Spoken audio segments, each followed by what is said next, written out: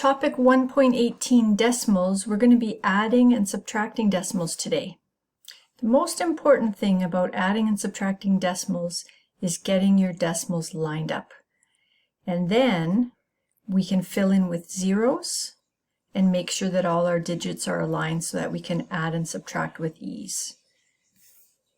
So I'm just going to show again what the picture shows here. I'm going to work on the side. So if I have the number 12.6, I can start with that. And of course, because I'm adding, I can put these in any order, but I'm going to go in the order that they give me. Plus 4, that's a whole number 4.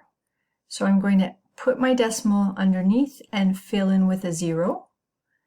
And then 0.24, line my 0 up in the ones place. 2, 4, and that means that I have to go above and add in 2 more zeros. And then the last number is 100, which is 100 on the whole number side. So I'm going to put a decimal place and line up all my zeros. And once I have that, then I'm going to be able to add my numbers easily as long as I have everything lined up so that it all works out well for me. So adding zeros, lining up, putting your whole numbers very carefully is how you'll be successful at adding and subtracting decimals. Let's do a couple of adding examples. I always like to write in the book even if they've shown it. So I take 24.29 and I'm adding 12.95. So these ones are good because there's no zeros to fill in. Everything's all in the same place value. So I add 9 plus 5 is 14, carry my 1. 1 plus 9 is 10, plus 2 more is 12, carry my 1, and I copy my decimal. I line it up. 4 plus 2 is 6, and 1 more is 7, and 2 plus 1 is 3. So I have 37 and 24 hundredths. For example 2, I'm adding 16 whole number plus a decimal, 2.005. So to make this easy on myself, I'm going to make the 16 into a decimal as well, filling in my zeros so that everything is nicely lined up.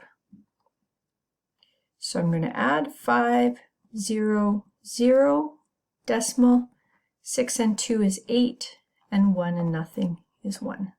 So I have 18 and 5 thousandths. Subtraction works the exact same way.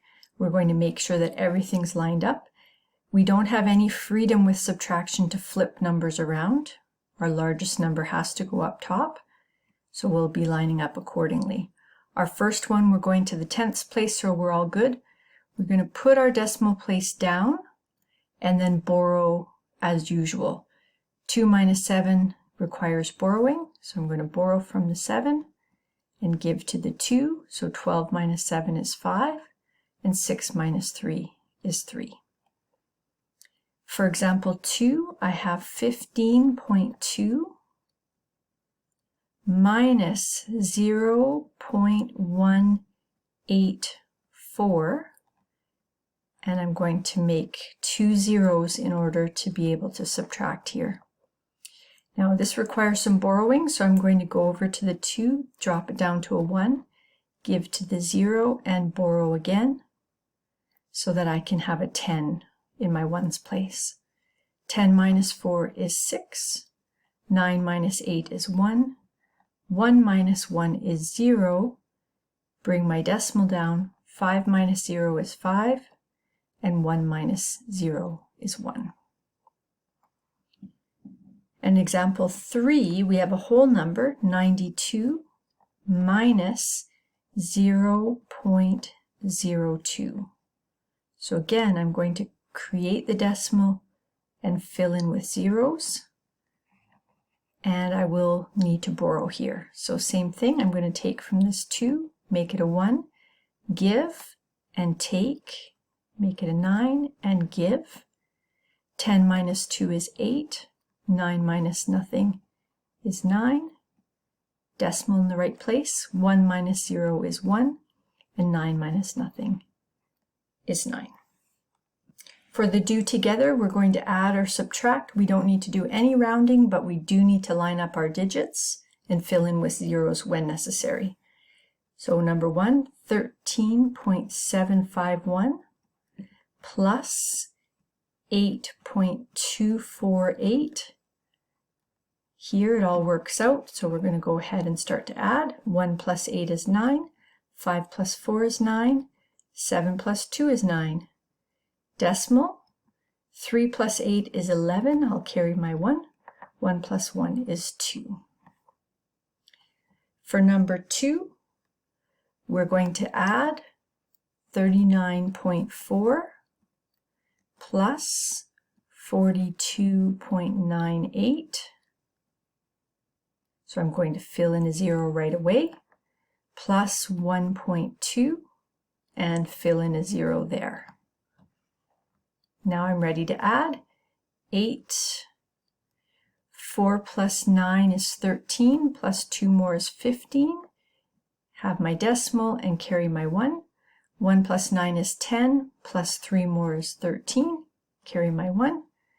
3 plus 4 is 7, and 1 more is 8.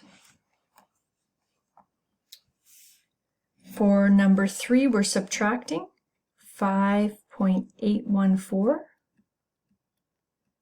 minus 4.78, and we're going to fill in that 0 there, holding my place.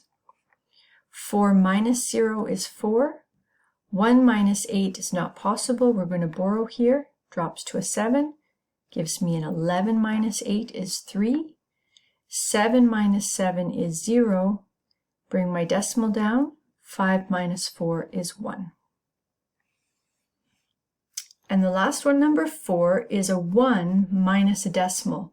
So we're going to have 1 minus 0.235. This looks really weird. So we're going to put a decimal and fill in with zeros.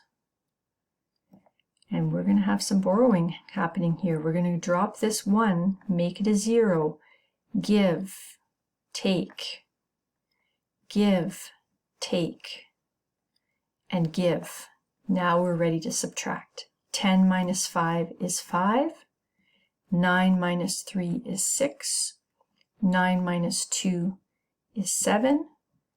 And 0 minus 0 is 0. So we want to have that to have our decimal looking good.